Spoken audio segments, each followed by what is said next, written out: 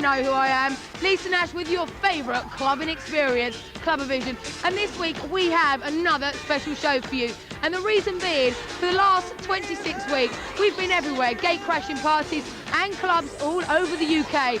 So we feel as the festive season is drawing near, the Slinky Clubavision Winter Ball at the Bournemouth International Centre sounding a must. We'll show you how it's done. Also, the Ministry Magazine's dance charts, and of course, an insight to Seb Fontaine's world.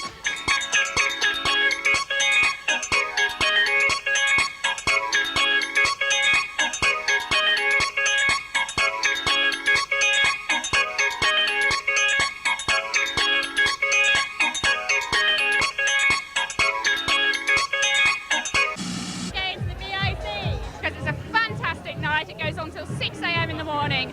We don't need tickets because we're so hot we can get in wherever we want to. We're in the slam! I'm a bit sick when it comes to DJs. Tall Paul because he's really sexy. Slinky, good fun. Going to the big, going to the big, going to the big, going to the big. Slinky has spread its wings for another all-nighter away from its weekly spot, the Opera House. And this time around with us, as we bring you what promises to be the event of '98, the Slinky Clubavision Winter Ball. 3 rooms of eclectic beats, featuring the likes of Paul van Dyk, Roger Sanchez, Adam Freeland, Lottie, John Kelly and DJ Punk Rock. It's cold outside, but hey, it's hotting up. My name's John Kelly, the man on the telly, on a mission with Clubavision.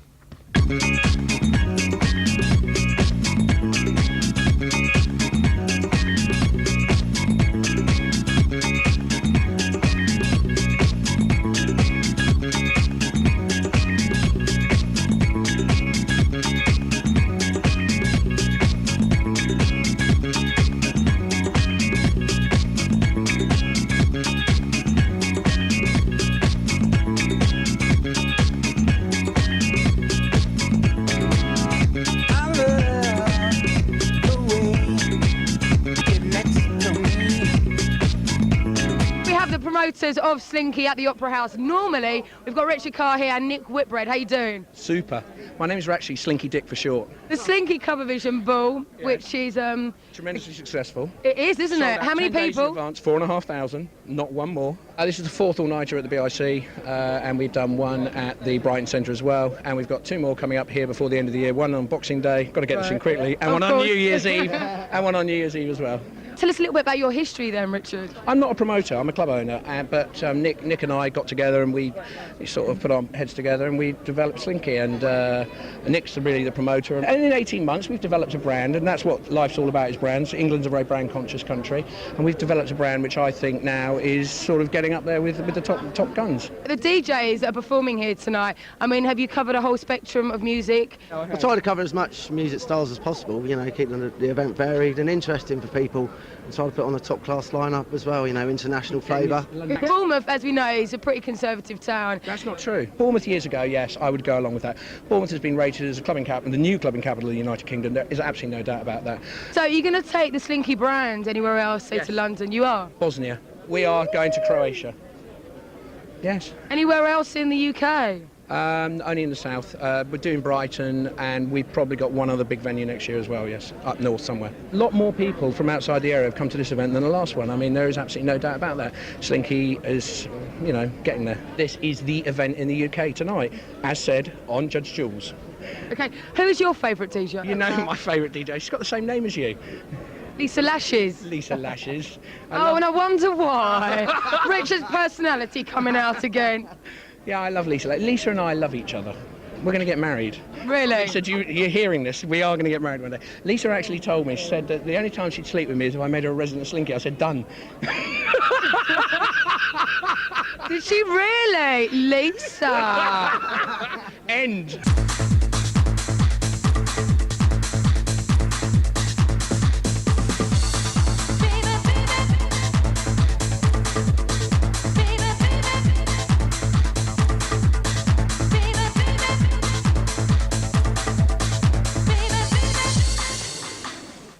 On the couch now we have Roger Sanchez. Okay, so how did you get into DJing then? Well, I had a friend of mine that was a DJ, and basically we used to dance at all the parties, and I used to always see him rocking the crowd, so I was really, really into it. And then one day, we did a house party, and I guess he either had to go take a long one at the bathroom or met some girl he fancied and just said, here, why don't you take over? And, Perfect opportunity. You know what I mean? He just said, look, take over, and I'll be back in a while. So 2 hours later, I'm there making a total mess of everything, but I got hooked. Since the last time we spoke, any new releases on Narcotic? Well, we've got a brand new release called Roger Sanchez Presents Twilight, and it's a cover of Chic's I Want Your Love, which is really, really good. We've got remixes by Ian Pooley and Soul Grabber, somebody from Canada. And we've got something new coming out by Junior Sanchez called The Shape of the 80s, and that's like a really, really solidly wicked little EP. Okay, anything going on with the S-Men as well? Well, unfortunately, because I've been working on my album, I haven't been able to get together with the S-Men and do a proper show. Junior and I have been doing some projects together, and we're probably going to be doing some touring next year. During New Year's Eve, we're going to be getting together, and also on Boxing Day at Cream. The album that's coming out through Strictly Rhythm. Actually, this is the album that I'm doing through Sony. Right. And Right, cool. This is like basically my first proper solo artist album, so it's been about a good 2 years in the making, but it's finally come together. The first single is going to be out early next year, I believe, towards the end of February, and it's something called Shell Toes and Sheepskins. Just kind of like an old school New York meets 1999 house music type of combination. Any plans? What's happening for 1999? Any new residencies or anything like that? Well, right now in New York, I've got a residency at a small place called the Spy Bar, which is really, really cool. I've heard about this, actually. Yeah, it's a very small venue. It's about 300 people, but the atmosphere is absolutely incredible, and everybody there is just really, really up for it. And basically, next year, I'm going to be working on my live show for my album. Hopefully, I'll be doing a proper tour towards the end of the year. And there's some alternative sounds coming out through the label Narcosis. That's right, Narcosis. That's going to be coming out next year. We've got some drum and bass, some hip-hop things. I've been getting together with people like Company Flow, a drum and bass producer called King Size.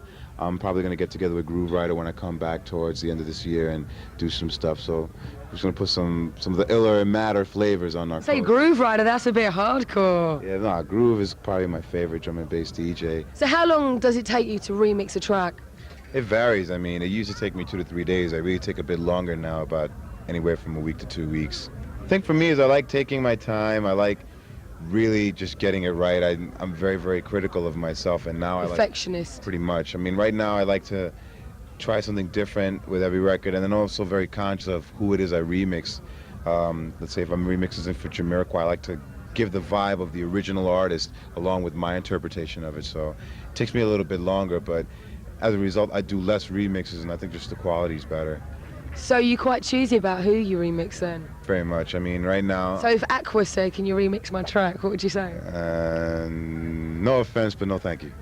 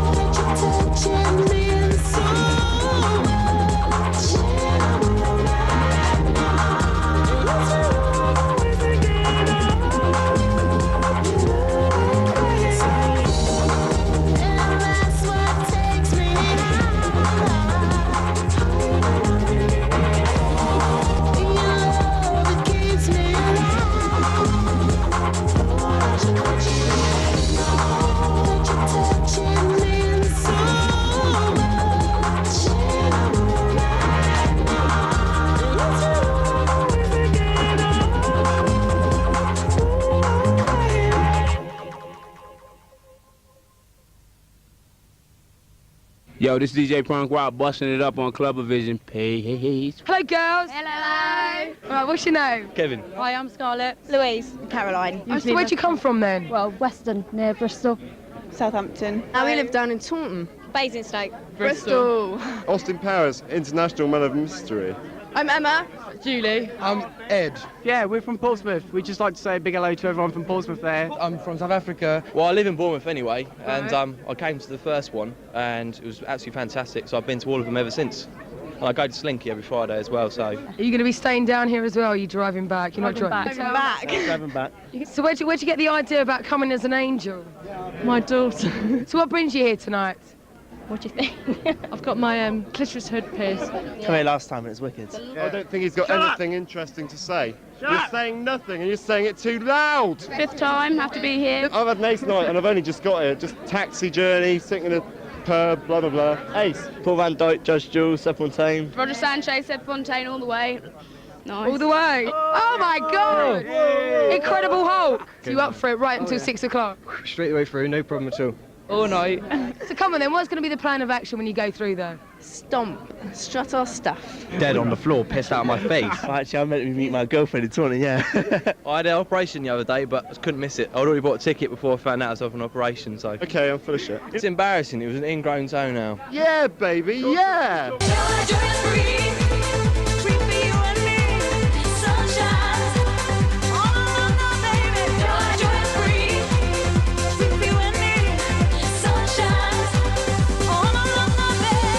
We've got John Kelly here. We're sitting on what he likes to call the contraceptive couch. Just to make sure it doesn't go down on you, that's all right. So why did you become a DJ? So I used to always play records in parties and, At your family sisters' parties. Sisters. And they'd kill you if you didn't. Yeah, and it was just a progression from there, you know. I used to own a club in 1989 called The Underground. I was one of the directors of the company that ended up in court over it when they shut us down for them. Was this in Liverpool? Yeah, they shut us down after 12 months because there was, they shut every club down that was had a big bass drum in the music, Right. which was acid house music, and James Barton used to be the promoter, the promoter of Cream, like. But I've never really been a promoter, even though I've been involved. I've never considered myself a promoter. Is DJing much more fun? Oh, of course. There's no. Why? Tell me why. Well, what is fun is seeing a promoter sweat at the beginning of the night when he's waiting for the people, because they're never quite sure who's going to turn up, no matter how successful it is. You play all over the country, you're resident at Ministry every Friday. Why are you still based in Liverpool? Because you don't really play that much up there, do you? No, but even though now I'll actually be playing Cream once a month now, at least. I'm actually playing Cream 4 times in December. Things have changed over there now, and I've just never even entered my head to leave Liverpool. Okay, well, since your last production, your last record, 6 in Stones, which took about, 3 years to make, anything else on the horizons? Not on the record side, but I'm really excited about my new project, which is my new mix CD called Platinum 2, which is out now. So who did Platinum 1? You? I think it was me and Tony DeVitt. I think done Platinum 1. Right. Or me, Tony DeVitt and Seb, it might have been. This one's, it's a double pack. It's me and the Birmingham bad boy Scott Bond. So tell us a little bit about the CD. Well, I think it reflects my progression as a DJ over the past year. It's my first CD in a year, and I think that's been affected by my residency in the Ministry of Sound, and also my summer Ibiza venture. You've gained quite a lot of commitments this year, haven't you? What, like? Well, you got married, he's got a residency. Yeah. What's going on, Joe? I mean, I'm getting serious, aren't I? You are, aren't you? Yeah, I've partied hard enough, so I think it's about time I've done some proper work, and took it a lot more seriously than I ever did. I didn't even consider myself a DJ till about 4 or 5 years ago. I was just playing records,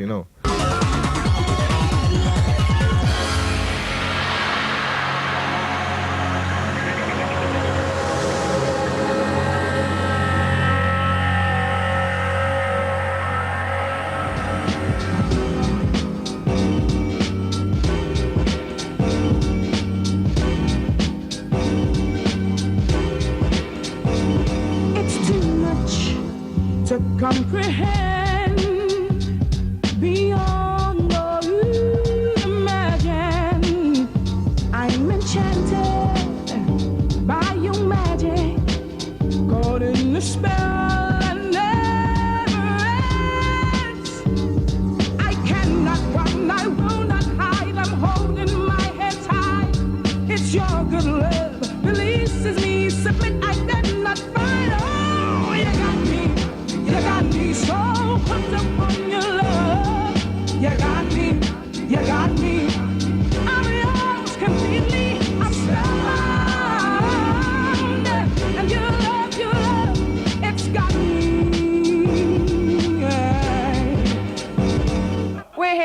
elbow rooms in London, and I'm surrounded by loads of testosterone and loads of balls because we're in a pool hall and Seb Fontaine's come to join us, and we're going to have a game of pool and I'm going to thrush him. But a lot of DJs have told me that their first experience, their first foray into DJing stemmed from the first time they went to a house club, that it just blew them away. Was that what it was like for you? Essentially, yes, but I was doing hip-hop, funk and reggae for years before I was resident at the Wag and the Fridge. I'm still really into the hip-hop thing, but I think when you go to a house club and see the atmosphere and people dancing on speakers and swinging from the chandeliers, you know, I don't think you can't deny the atmosphere that these clubs have got, and you did something. So do you not get that atmosphere at hip hop clubs? Would you say? I don't want to generalise like that. Once you said about some of the sets that you played, a lot of people come up to you and said they was banging, they was too hard, and that's what you always thought was the way forward. Yeah. I mean, with your sets now, would you ever kind of mix in like hip hop or something? At a party I could, not so much not at the main clubs you do. I think it would go down like a lead balloon. The only way you can educate someone is by giving them a good time. It's like being at school. You know, the only lessons you actually learnt anything in were the ones that you enjoyed. So there's no point in just steaming in there and playing 4 hours of stuff they don't want to hear. You've got to do it subtly, you see. You've got to kind of blend it in. So where are the major clubs that you play in? All the biggies, really. Cream. I'm the new Cream resident next year, along with someone. They don't know what they're going to do yet as to what's going to be the main room. It's going to have a big shuffle room. You did the compilation album, yeah, didn't you? Yeah, I've done the album for them. With Paulus, Tall Paul, who's godfather to Herbie. And you do a radio show with him, Kiss FM. Yeah. So when does that go over the airwaves? Until 11 on a Saturday night. But it's really good fun, actually, the radio shows. I think figures are up and everyone's getting into it, and the format is mayhem, mayhem and more mayhem. Okay, a lot of people have asked why Malibu Stacy come to an end and when it's going to be started up again, if at all. It would never start up as Malibu Stacy, it would be a next generation of something. When I finished it, I was really sad. Actually, now I've had 6 months off. You're not missing it? No, I'm not missing it. However, I feel the toes curling up and getting itchy feet again, and I reckon a new foray might be in order. The Club of 98, which one would it be? Gatecrasher has gone from strength to strength, and in London, Gallery has gone from strength to strength. So is it a bit of a I toss-up? imagine it would be between those two, but my own personal feeling is for 99, watch Cream. What about Spot On Records? Are you concentrating on anything at the moment there? I don't think we've ever concentrated on Spot On. It just happened. You know, we've been going nearly 5 years now. So is there not that many releases throughout the label? Well, there's been about 25 to date, so it's not that bad. But we've got a couple of big records up our sleeves. For the beginning of 99, there's 2 big records that we're getting made offers and people are getting very excited about. Handsman, Good Shot is one of them, and the other one's to be announced.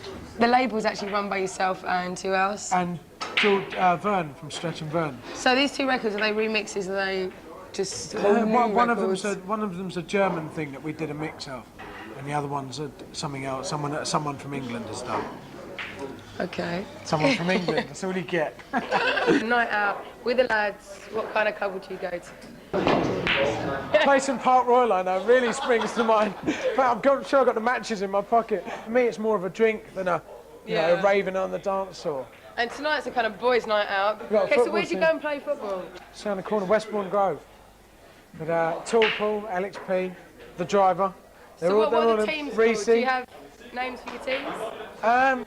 We've changed the name of our team. I wanted to call it Westbourne Wednesday, but some bright spark came up with Sporting Chances. But we sacked him from the team anyway. He's not with us anymore, sadly.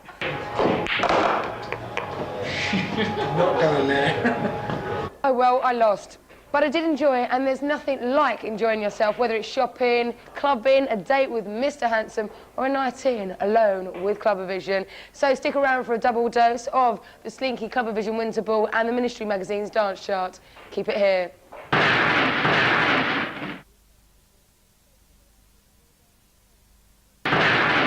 Glad to see you stayed with us, and for those that have just tuned in, welcome to Clubavision. Coming up, more debauchery, more people, more fun at the Slinky Winter Clubavision Ball. But first up, you know the drill. Ministry Magazine's dance charts. Number 10, Scott Groove's Mothership Reconnection. Number 9, Westbound, The Roof is on Fire. And at number 8, it's Rhythm Masters featuring Baby, Ibiza in My Soul. At number 7, Daddy's favourite, I Feel Good Things For You. Number 6, Inner City, Buena Vida. Number 5 is Jill Ho, Let Me Love You.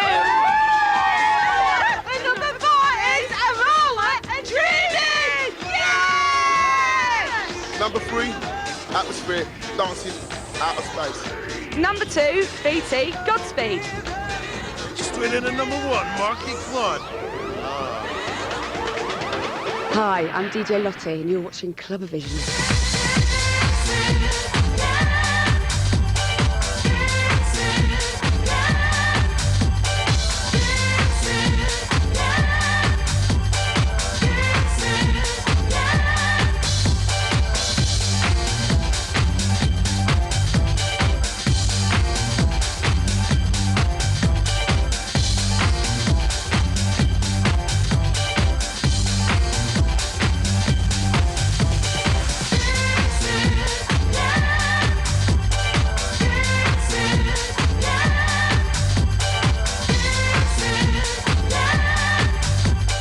The gorgeous, the sexy, the sultry, the Lottie. You've just come off the decks. Tell me about the experience. It was rather marvellous, actually, apart from when I started dancing and the record just jumped up and down on the needle. Bournemouth, they're very open-minded, so they don't just, like, you know, have a sort of set idea, set records they want to hear. And I play loads of new records and loads of quite underground records that not many people know, and they really like it. You know, they're really sort of open to new weird things I get from America and stuff, and they love it. Earlier this year, you left one of the most respected labels, underground independent label, Touch Tunes, and he was label manager. So, I mean, what's life been like since you've left there?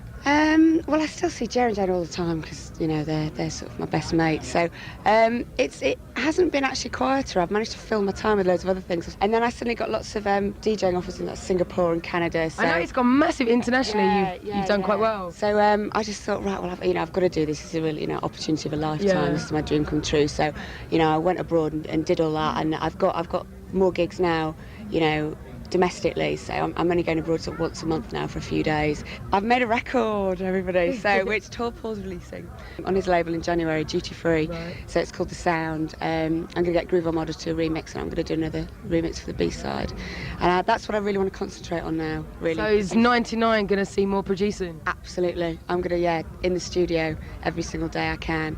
I've just got loads of ideas I want to do, housey stuff and sort of more calmer, sort of like chilled out stuff. I've got loads of ideas, so that's what I'm going to buckle down and do next year. And the radio show I've got. So my friend, Caroline from Virgin, have got a night called Misdemeanors, and we've got an offshoot, a radio show, which has started on Atlantic 252 on a Saturday night, 9 till 11.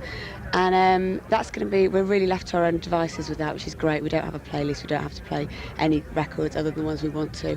We're going to have loads of guest DJs that are our friends, really, really good DJs to do mixes for us. And you're also a resident at the Gallery, is that still happening? Yeah, Gallery, they discovered me. I have to thank them really for everything. Every other Friday. I do. 99, what does it hold for you? I'm going to be sort of like in a windowless studio for a lot of it, but that'll be worth it. And DJ, I've got loads of gigs, I know, and I'm going abroad loads as well, so I'm going out loads. So I'm really excited. I've never been more excited, actually.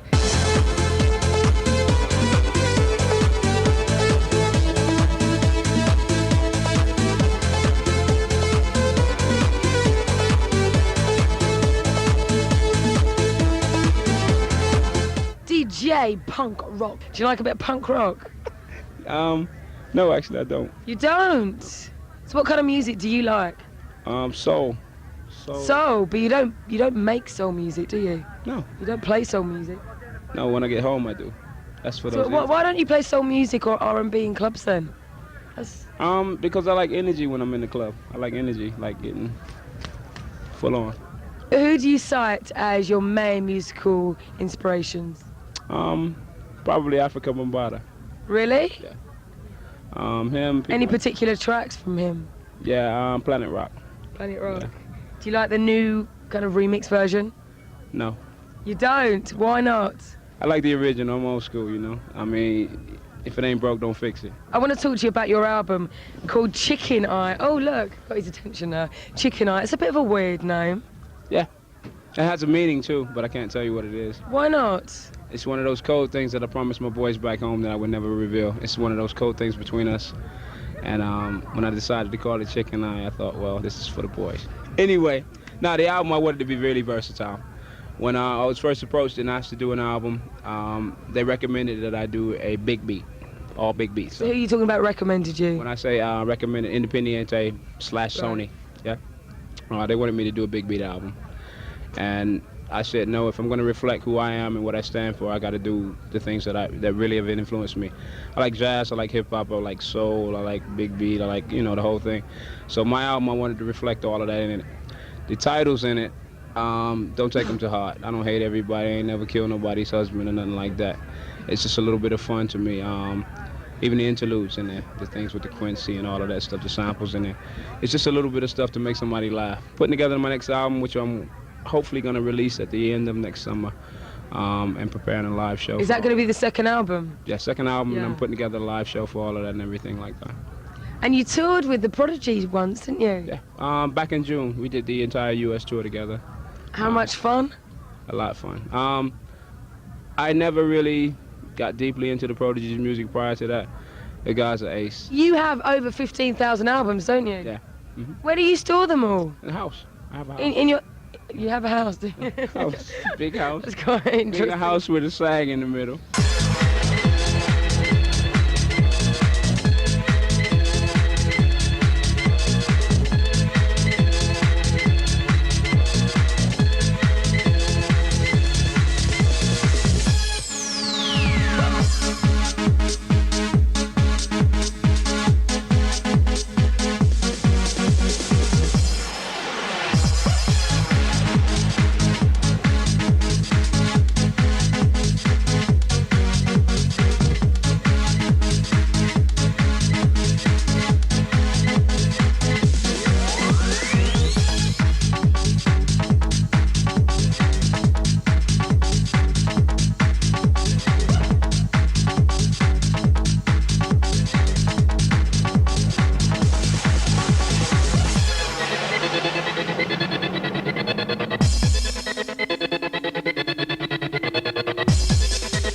Hi, I'm Paul van Dijk and you're watching Clubavision on ITV.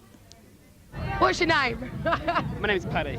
Marit. Marit. Yeah. You're not English. No, I'm from Norway. Norway. Yeah. So where are you from? I'm from Enfield, Worcester. Basingstoke. So what brought you here in the first place? Well, I'm going to university in Bournemouth, so I thought, get down here, party. It's the first one I've been to. I'm going to come again. But this club was going. It was going tonight, and I thought, fuck it. Bought the three tickets. So what brings you down here today, anyway? Just we come to all the big ones here at Slinky. If you could sum up the atmosphere in one word, what would it be? Mental. Good DJs, good music, excellent night, wicked. You having a good time? Fucking excellent. What DJs have you heard that have kind of just kicked ass? Brandon Block was very, very good, but I've got to say Judge Jules is really, really ripping it up. He's really, really good. Judge Jules. Paul van Dijk. Paul van Dijk's brilliant. And Judge Jules. We're going to go and see Paul van Dijk. Jules. Jules is the man. Jules, definitely. Yeah, really? I DJ myself. What's been the highlight of the evening so far? Getting in. I'm an old hardcore raver, really. Yeah, we saw you last week, Lisa. Did you? Where were we? Southport. I just told this guy she likes him and she's a bit embarrassed about it. I ain't got no numbers yet, but I'm going to be getting some soon. I'm a drainage engineer. If there was something they could do to improve this night, what would it be? More men? More men here, you know, they're cool. Yeah. What do you think? We're looking. There are some very, very, very nice men here. Really? Yes, definitely. So guys, what have you come dressed up as then? Mexicans. They're too young. Even though I do have a girlfriend, I like to play about. I don't. I'm really faithful. I love you, honey. Quite freaky, really. Can I just say one thing to the people out there?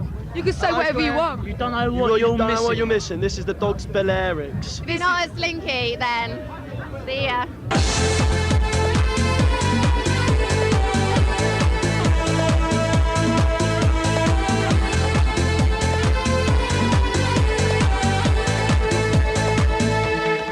We have the man like Adam Freeland here. Carl Cox has been dubbed as saying that you are the best DJ in the world at the moment. I mean, from what experience? DJ. Sorry, the best new DJ. I did a tour with him last year. I did the Fact 2 tour.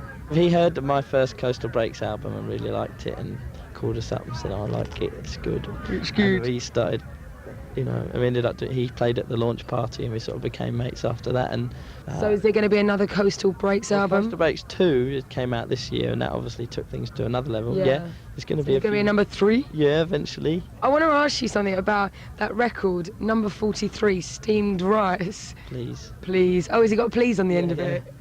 And it goes under the name of Tsunami 1, which is Tsunami 1 is myself and Kevin Bieber, a friend of mine. It's just a bit of a laugh. I mean, the tune had all these sort of Bruce Lee kung fu samples in it. The music you're playing, it's a whole new style of music, and it's been said that you're taking it to a whole new generation of clubbers. Where's this kind of taking place?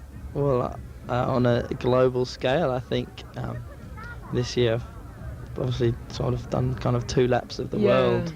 I do a residency at Bar Rumba, a night called Friction, which is myself and Rennie Pilgrim and Tyler. You're actually involved promoting as well, aren't you? Our own night.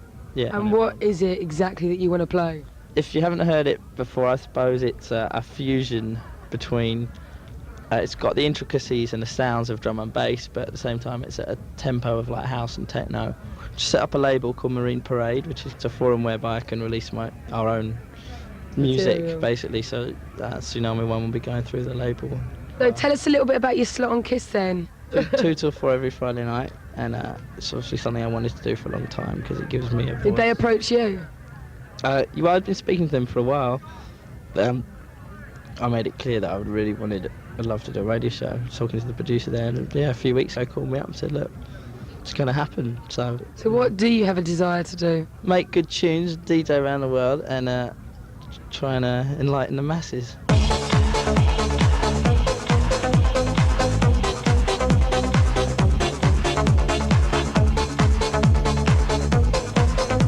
Right, this is Paul Van Dyke for all of you out there that don't know him, but I'm sure you do. Okay, how would you compare the British and the German dance scene? I wouldn't. Well, the thing is, the Germans have their sort of like scene, and you have yours, and the thing is like... How different are they then? Well, they are different. The thing is that the German market is much more stuff with kind of like some sort of cheesy, trendy thingy music, which is marketed with lots of money and just pushed there. So the English market is much more open and much fresher for like cool stuff. So who do you respect then? A lot of people.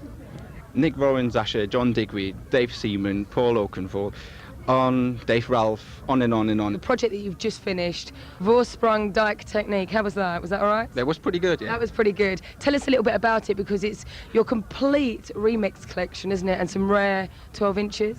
Well, it's not really complete. It's sort of like quite an essential overview of what I've done from 92 till 98. Yeah. And the thing is, the most people in England seem to know me only from 7 Ways On or even later. And I've done quite a lot of stuff before that. And that was the initial idea, to basically do that. Okay, right, there's 3 CDs and it's like 4 hours long. How long did it take to complete it? Well, the thing is, 1.5 years ago, we did a compilation called Perspective, which included a lot of remixes, and then the UK guys got an idea to do that too.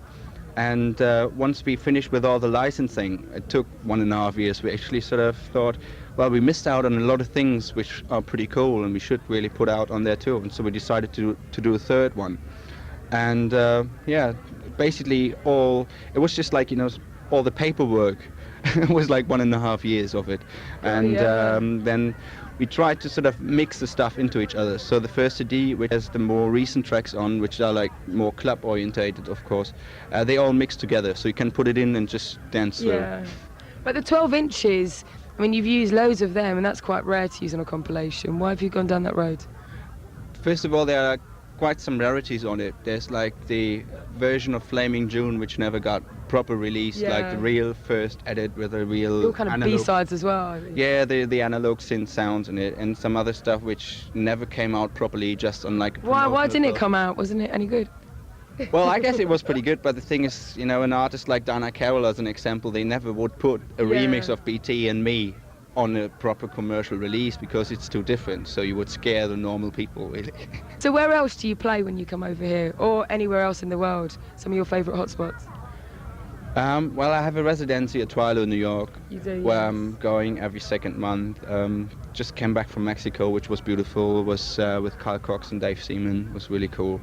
Berlin, of course, is really special to me because it's my hometown. This is where my home crowd is, and this is where it's just going off all the time, big time. Right, tell me your ultimate DJ fantasy. Well, it's all really reality.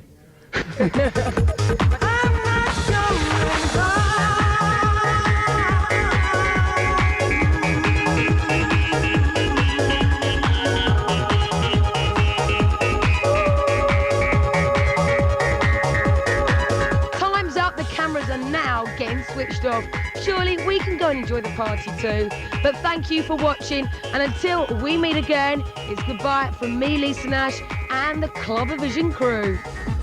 Next week's show brings you Clockwork Orange from the Epic Forest Country Club, DJ Magazine's dance charts, and producers Jazz and Groove, Back to Basics at the Mint in Leeds, and of course, loads of you lot.